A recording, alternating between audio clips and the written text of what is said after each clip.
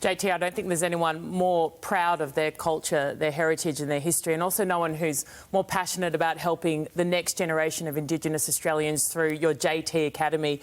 JT, but that, fair to say, wasn't always the case. You discovered who you are fairly late and through rugby league, in fact. Yeah, that's right, Ez. Wasn't until the Indigenous All-Stars came about in 2010 that I decided to delve deeper into the history of our culture, the history of my mum's side, and went out to Mitchell with my grandfather, 4 of my uncles and a dozen of my cousins. We hired a bus from Brisbane and went out west to Mitchell, where their land is from, and just had a real calming influence on me. And even though I'd never been there, I was 27 years at this stage, and I rang Mum to let her know that we'd arrived safely, and I said it's just got a real calming influence on me. I could never remember being there. Mum said, I took you out there when you were a baby. So 27 years later, I'm back out there, and it just had this effect on me. So, very proud of my heritage, and looking forward to, I suppose, creating social change. And that's where the NRL have been at the forefront the last, 20 years of helping the next generation of our culture with that social change. Well, the week's about highlighting some of the inequalities, JT. What are they? You do your JT Academy and you get out amongst a lot of the communities. What are the inequalities, and where are we? Where can we help? Yes, I know the NRL have highlighted the School to Work program, which has been very successful, but I think it's 26% of Indigenous Australians don't complete high school. I think that's the stat. For us, a lot of our students in our programs are of the high-risk kids, so they're at like 20-25% attendance rate, and we're getting those kids around to 70 to 80% attendance rate a week. So we're starting to make inroads in that side of the space, but there's still a lot of work to do. Our people are the most incarcerated people in the country. We've got more in jail than ever any other culture or any other Australian. So, there's a lot of work to do, and I think it does start young. We need to get a hold of this, the generation very young, make sure that they're going to school. It's preschool as well. So I've been an ambassador for the Deadly Choices Kindy program.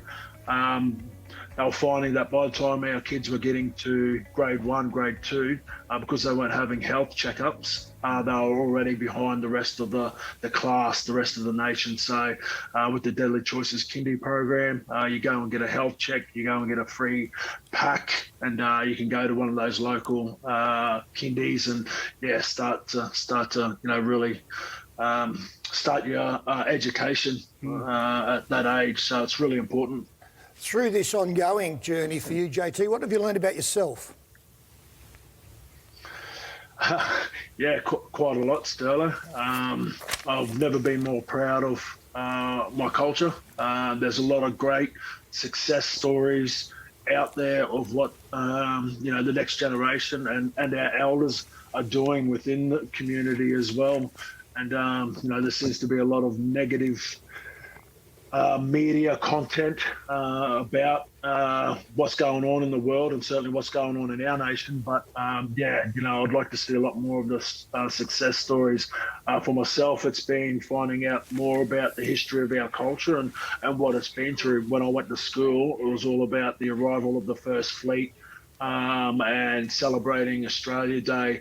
We didn't find out too much about the injustices. My mum marched for land rights in the 60s and 70s and things like that. So if it wasn't for the paths that they had walked, then, we wouldn't be in the position that we are today and have the freedoms that we do. Obviously, the stolen generation also. So, it's been about delving a little bit deeper into the history of our nation and finding out about the injustices that have happened to our people. But now it's about, like the NRL slogan, pass back, move forward. Now it's about, creating opportunities for the next generation of our culture.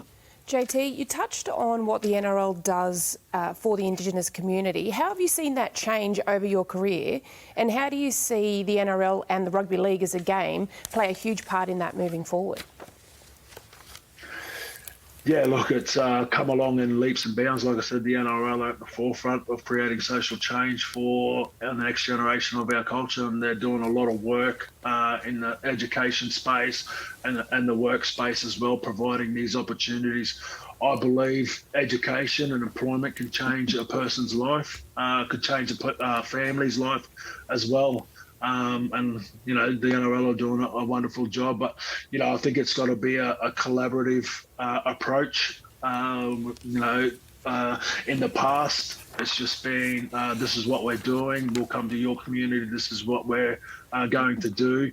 There's never been any collaborative approach to it. And I know with my academy, we talk to the elders in that community and asked how we can help them with what they need. And yeah, I think that's probably the next part of the process at all levels, is making sure that, you know, we're talking with their elders and finding out what they need in their communities.